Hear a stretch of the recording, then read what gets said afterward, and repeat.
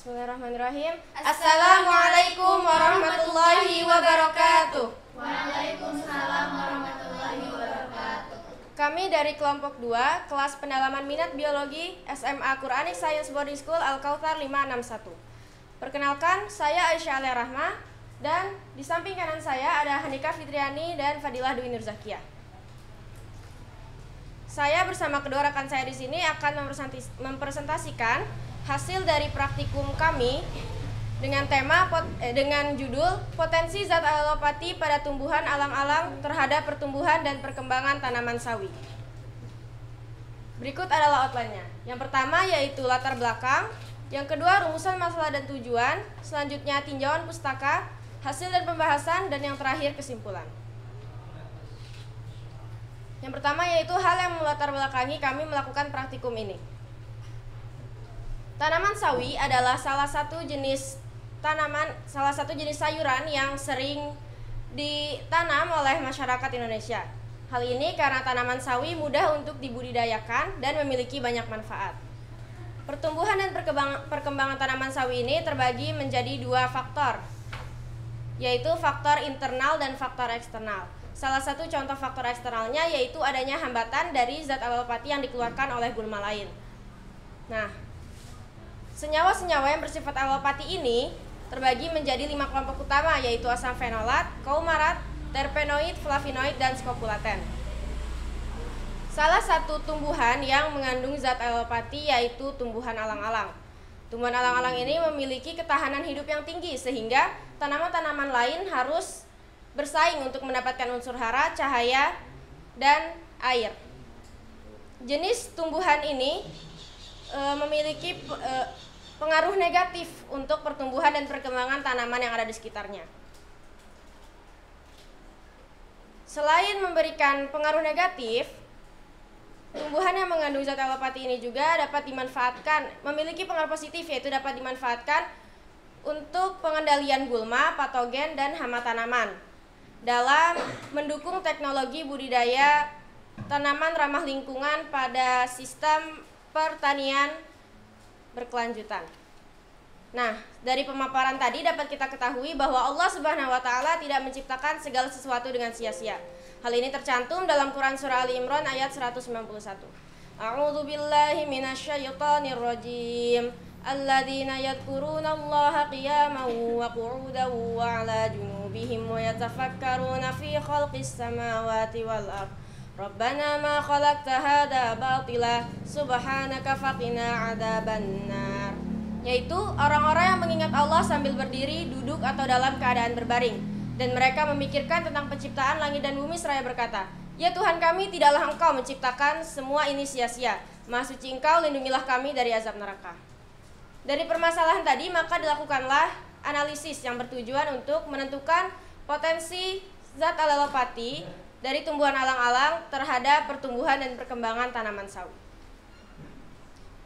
Selanjutnya yaitu rumusan masalah dan tujuan yang akan dijelaskan oleh Fadilah.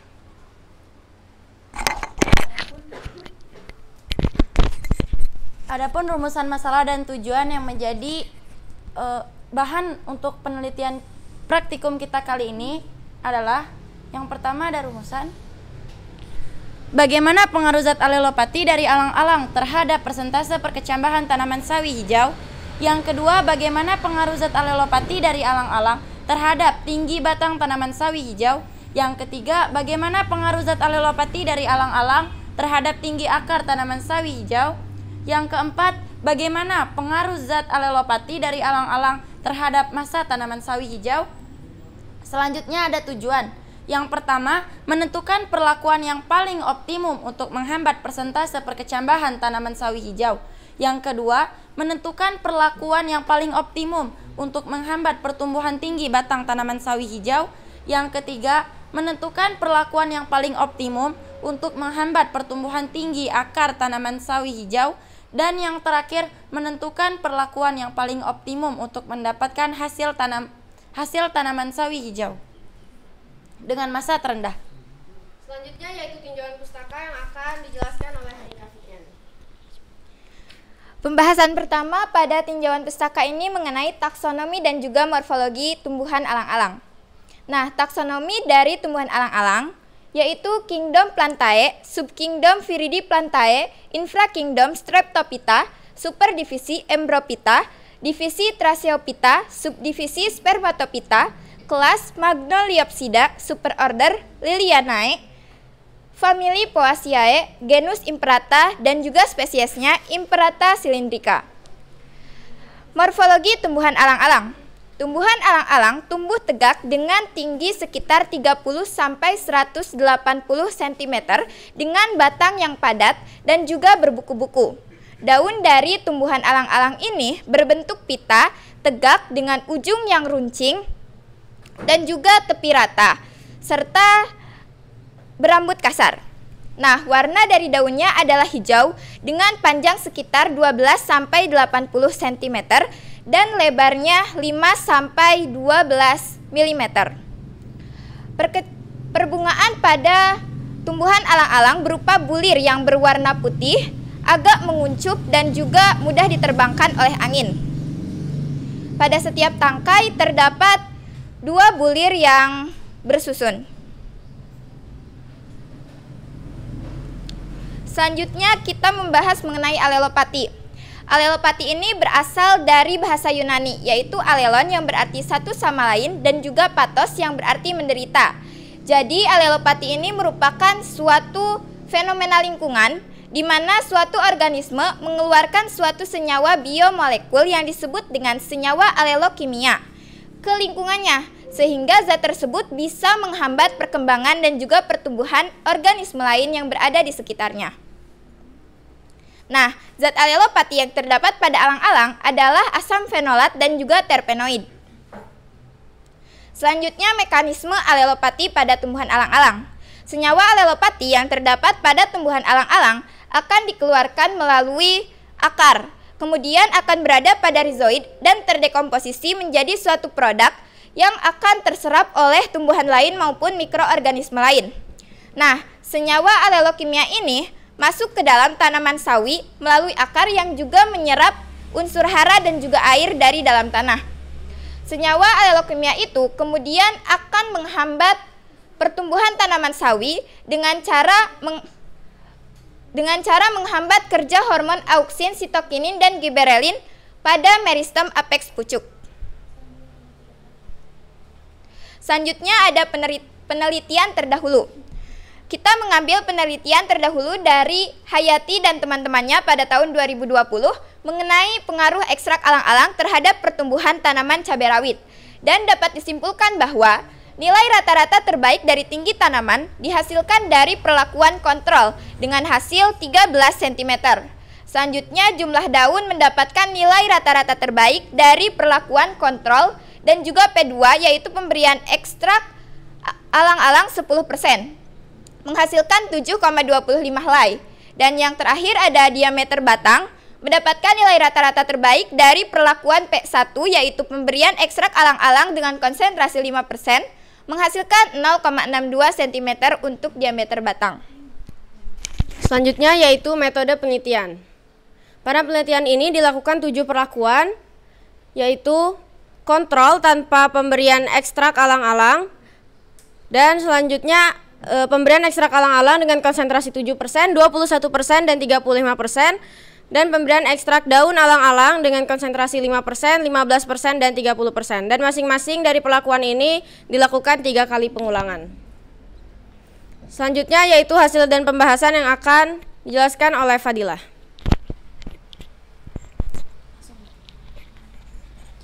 Adapun hasil pembahasan mengenai pengaruh alelopati pada alang-alang terhadap persentase perkecambahan sawi.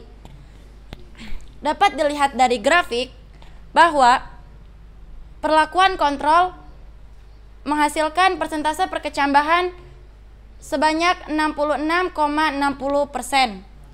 Adapun perlakuan dengan pemberian ekstrak alang-alang menghasilkan persentase perkecambahan sawi sebanyak 100%.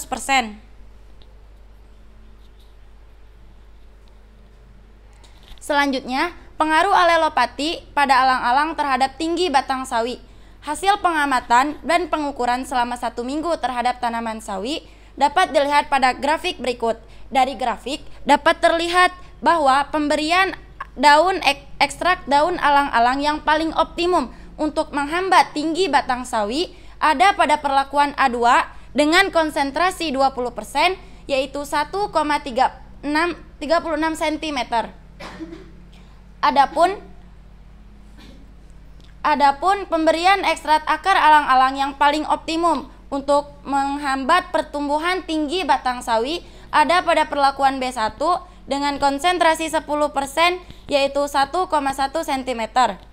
Sedangkan pada penelitian terdahulu yang dilakukan oleh Hayati dan kawan-kawan pada tahun 2020,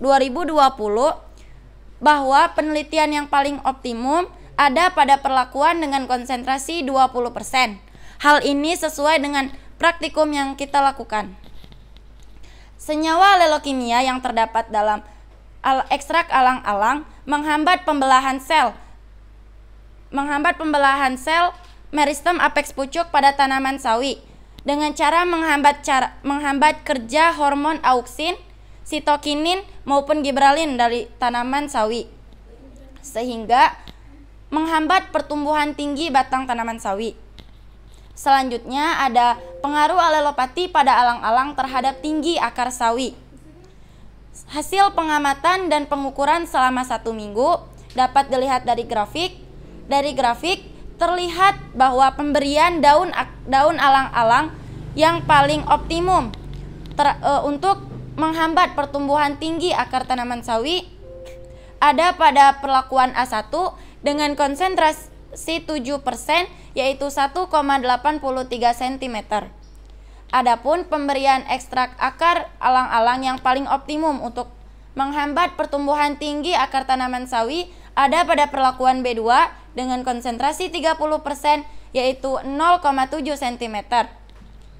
Zat alelopati yang terkandung di dalam ekstrak akar alang-alang akan terserap oleh tanaman sawi melalui akar yang menyerap unsur hara dan air di dalam tanah, sehingga pertumbuhan akar tanaman sawi menjadi terhambat.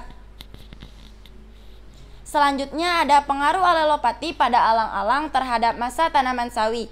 Hasil pengamatan dan pengukuran selama 1 minggu didapatkan bahwa pemberian ekstrak daun alang-alang yang paling optimum untuk menghambat pertumbuhan tanaman sawi sehingga menghasilkan massa terendah ada pada perlakuan A2 dengan konsentrasi 21%, yaitu 0,019 gram.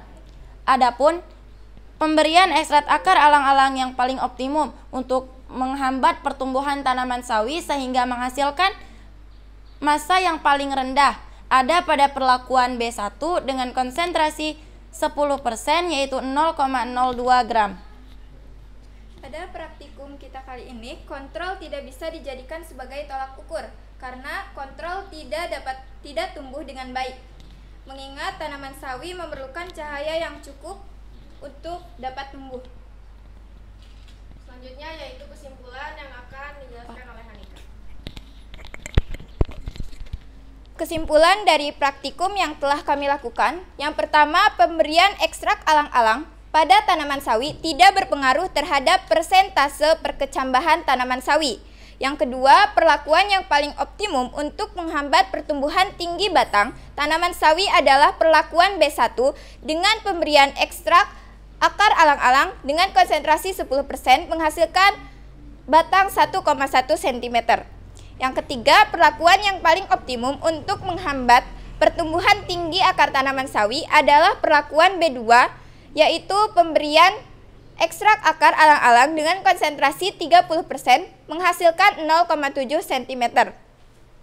Dan yang terakhir, perlakuan yang paling optimum untuk mendapatkan hasil tanaman sawi dengan massa terendah adalah perlakuan A2, yaitu pemberian ekstrak daun dengan konsentrasi 21% menghasilkan 0,019 gram.